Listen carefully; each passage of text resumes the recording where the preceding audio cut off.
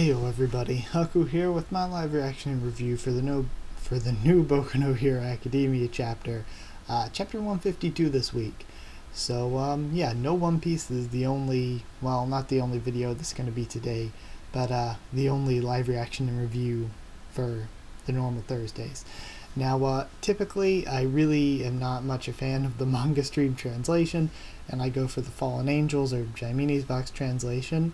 But that's not up this morning, so I gave it a little bit. And waited for it to see if it would come out, but it's still not out, so I'm just going to read the manga stream translation and deal with it. So just letting you know what translation I'm using this time around and why.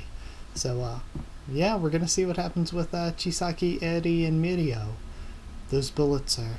So we finally escaped. Up until now, so we finally succeeded. Up until now, even if someone got shot, they'd recover naturally in a day or two. It was still an incomplete product. The effect of the element emitted from Eddie's body would simply vanish. To start off, we had to figure out how to preserve that effect, and it took quite some time. Bad grammar already on the first page, but we'll push through. But with this, we can completely eliminate quirks. Problem is, the time and money required are simply too great. The purification process for the amount required for 5 bullets took an entire month. It's because we're self-educated and have these crappy facilities. We need to prepare the proper environment. Okay. And we got the fan art pages. Okay.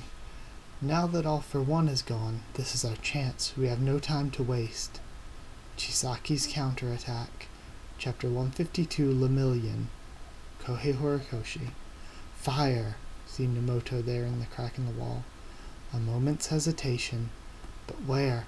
I know full well just how valuable these bullets are. I'm the only one of the expendables who knows. I can't waste even a single one. Ah. So this is interesting because he doesn't know where to shoot. I can't waste even a single one. I must hit him, the permeation man, in a single shot. But it's no good. I'd already realized the second the young master tossed the bullets to me. What about his aide? He's unconscious. How can I prevent him from using his permeation? And of course he's probably going to shoot at Eddie to make him jump in there to dodge. Of course, if he let Eddie just lose her quirk, like, I mean, the bullet is like, it doesn't really hurt them much. It's just like an injection, a shot, right? So, I mean, if anything, Lemillion could just let Eddie take the bullet and lose her quirk, and then the bad guys wouldn't want anything to do with her anymore, and they'd have the threat eliminated of a person who could be used to take away people's quirks permanently. So, could always let it happen. I can't stand to see that girl without a smile on her face. It's unforgivable.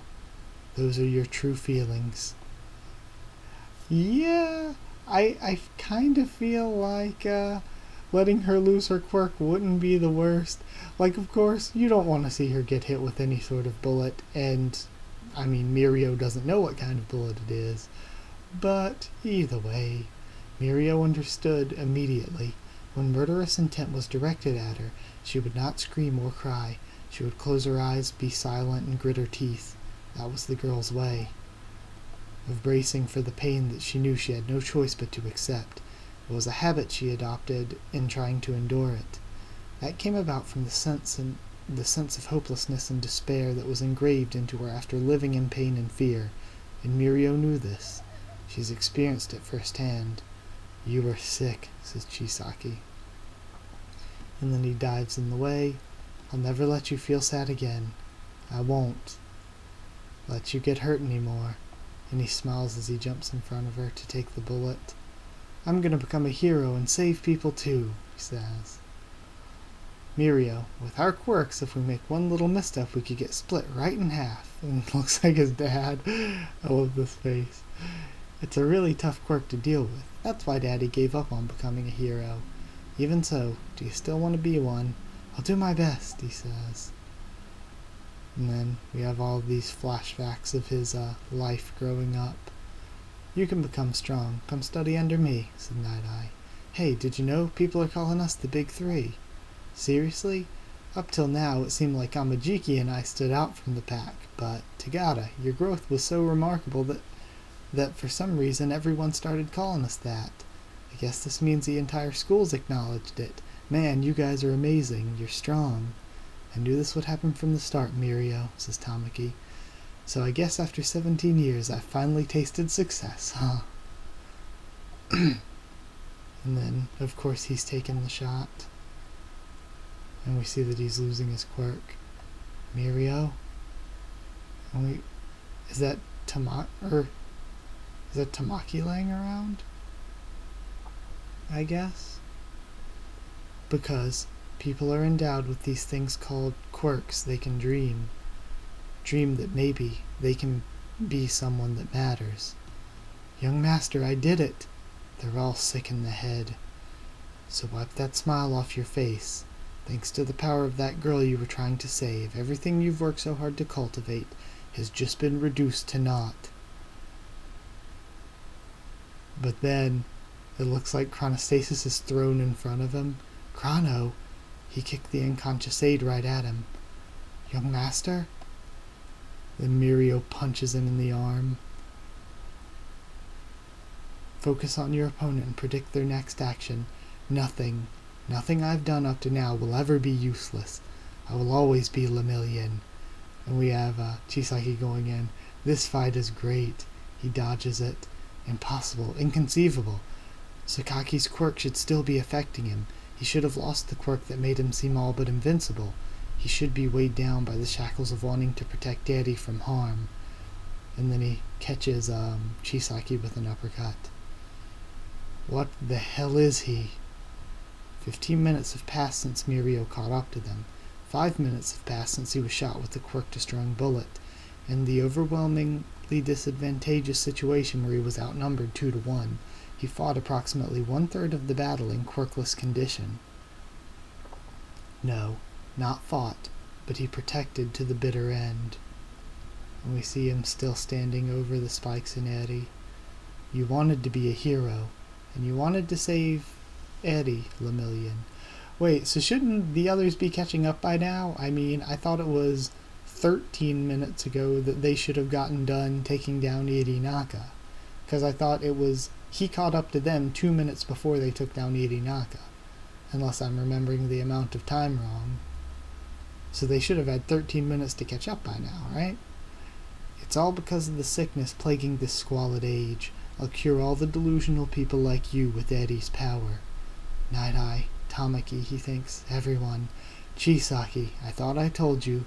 I abandoned that name. And we see, it looks like something looking from the wall toward him. And then Izuku busts through. He made it in the nick of time. Next week, Deku joins the battle with a color page. Okay. That was great. Not sure how I feel about Deku coming in to save the day at the very end, just because it seems like the sort of basic shonen thing to do, to have the main character come in out of nowhere for the save.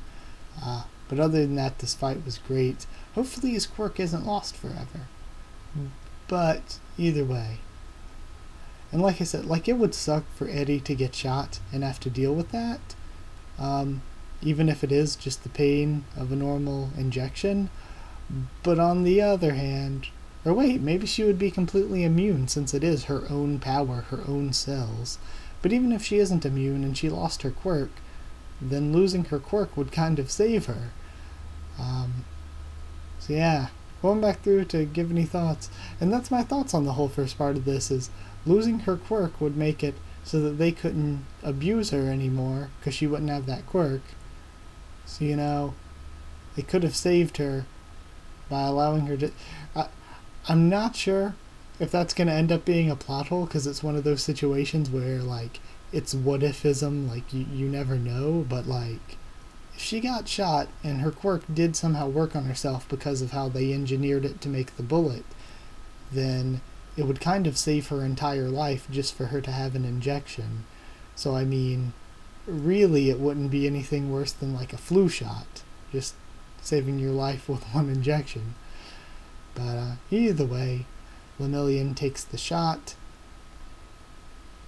which was great. I love the way they used the flashbacks here.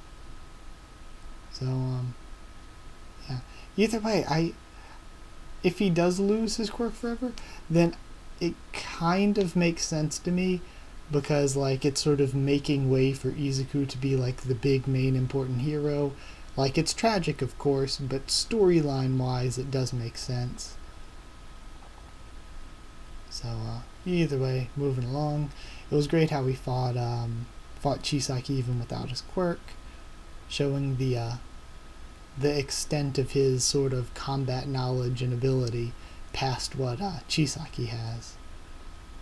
And then at the very end, Izuku shows up, which, I mean, typical shonen stuff. Alright. I mean, and of course it would make sense, like, I was expecting Izuku to show up. Like I said, it had been a while since they took out Irinaka, but I don't know. Just for it to be just Izuku shown and not like the whole group, or Night-Eye, or Tamaki catching back up or something, even though I think Tamaki's probably still down for the count. Yeah, either way. Thought it was very, very good. The best chapter we've had in a good while. Maybe the best chapter of this arc. I don't know, the fight was just really, really good. But yeah, either way, it's my thoughts, my reaction, and all that. So either way, like if you did like the video, and comment down there to tell me what you thought of this chapter and what you thought of my thoughts on it. Subscribe for more Boku no Hero Academia, both anime and manga, much more on the channel. Follow on Twitter if you want, and I'll try to keep you updated there and stuff for the channel. And if you want a link to our Discord server, just ask and I'll give you one. That's it. Thank you once again for watching, and I'll see you all next time.